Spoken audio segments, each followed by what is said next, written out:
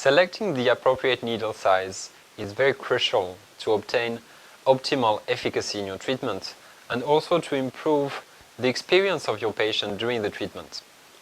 In this video, we will explain how to select the best needle size for your treatment, and we will show you some live examples to make you visualize what are the differences between needles of different sizes.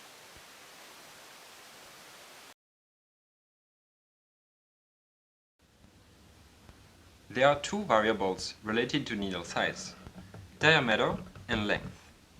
The diameter of an acupuncture needle can range from 0.16 mm to 0.30 mm, with the 0.20 and 0.22 mm being the most commonly used.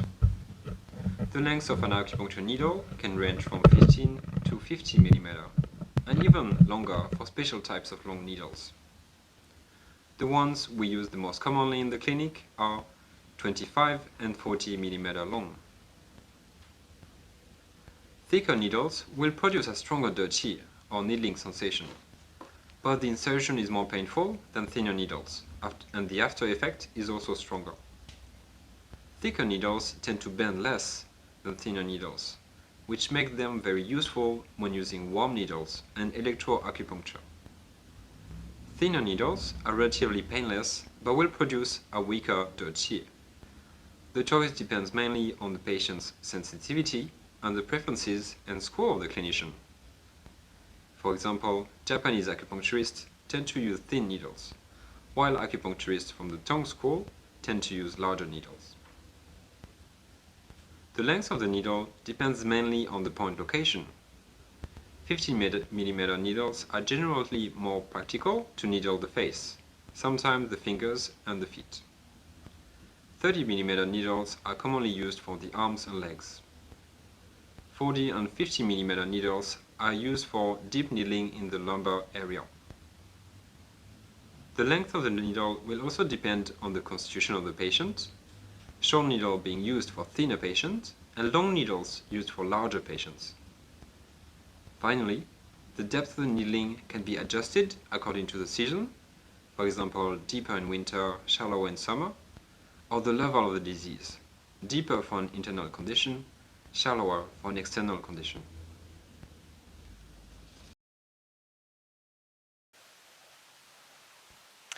We're going now to see the influence of needle size on the needling sensation.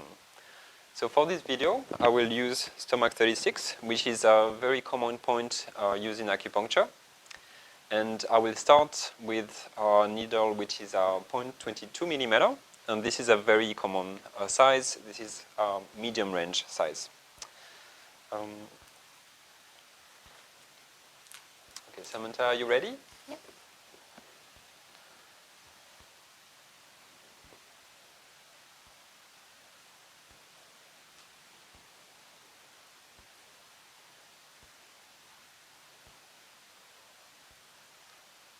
Okay, can you feel the needle? Yep. So how strong is your feeling on a scale of 0 to 10? This is around 4. Yep, okay, that's very good. So I'm going to remove the needle and I will change the size.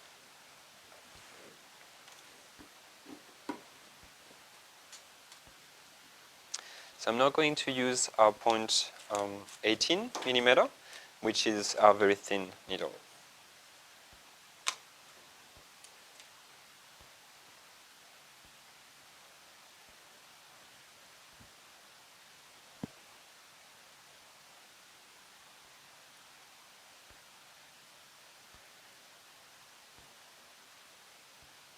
Okay, can you feel the needle now? This is slightly lighter, so Yep. I'll say this would be about 2. 2 on a scale of 0 to 10. Okay, awesome.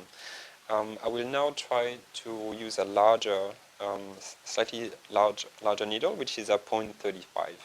So this is actually significantly larger. And we'll see how it goes.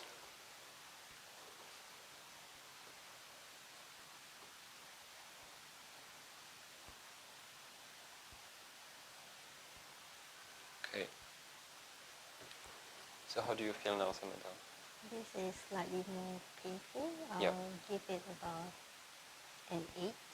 8 out of 10, yes. So this is absolutely normal because and now I just use a larger needle, so you feel a stronger sensation. It will give a stronger stimulation, and this is absolutely normal. I'm now going to show you how we use moxa rolls on top of the needle to do warm needling techniques. You can check our other video on moxibustion if you want the details about this technique. So we're going to put this moxa roll on top of the needle.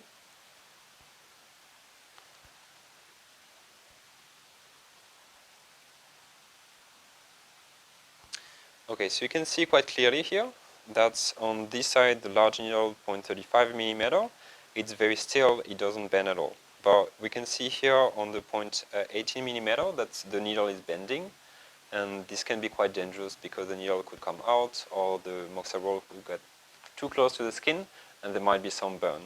So we can see that for warm needling, it's better to have slightly larger needle rather than thinner needles.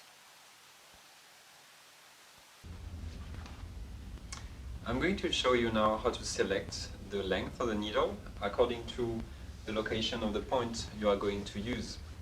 So we are going to show you some points on the face, on the scalp, on the hand, on the arms, abdomen, legs and feet. We're going to show you also on the lower abdomen. So let's start with the face. For the face, we generally use thin needle, especially if we're doing perpendicular insertion.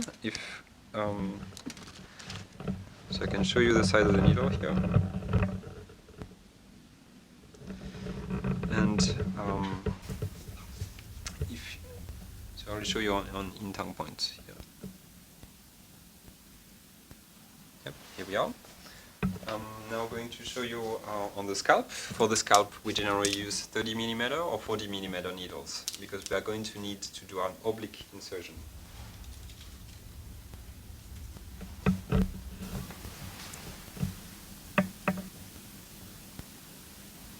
Alright, so I'm going to do GV20 by Hui. Okay, we're now going to go to the hands. For the hands, we generally use 25 millimeter needles.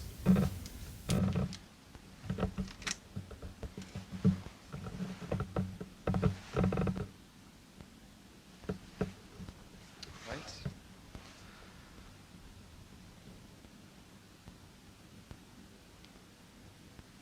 Okay.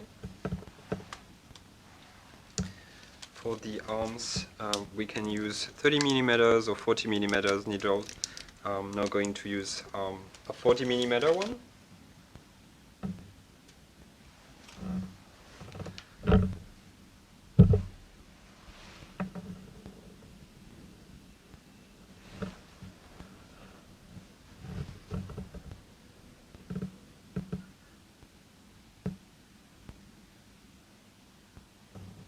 Okay, and we are going now to do the abdomen. So for the abdomen, depending on the size of the patient, you might want to use 25, 30, 40 millimeter needles.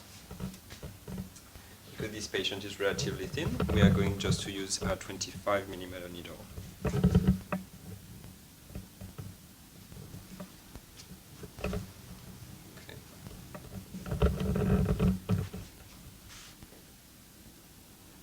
Right, and I'm going to do the legs now.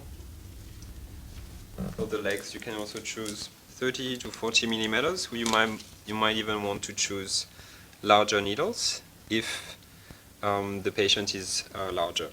So I'll show you here.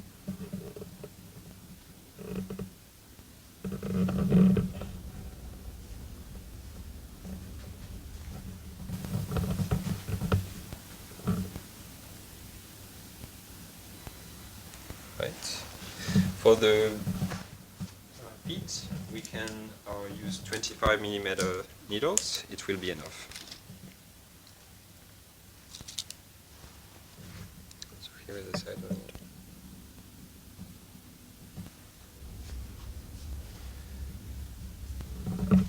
doing spleen 3. Bye-bye. Okay. So this is how you adjust you select the length of the needle depending on the location.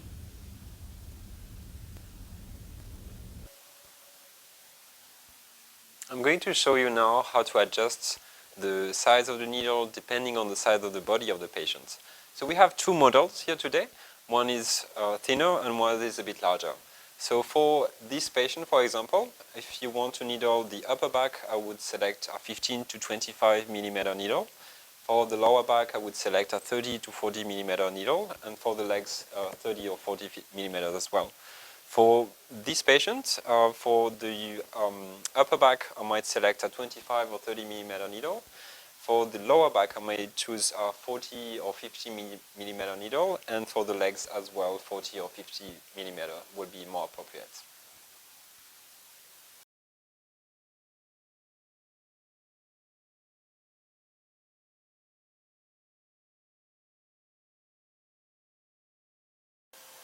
I hope you enjoyed this video. My name is Yoann Birling, clinician, lecturer and researcher. This video was produced by Sydney Institute of Traditional Chinese Medicine. Please check our tutorials and more information on the school in the description below. You can join our community and also give this video a thumbs up if you liked it. Good practice and take care.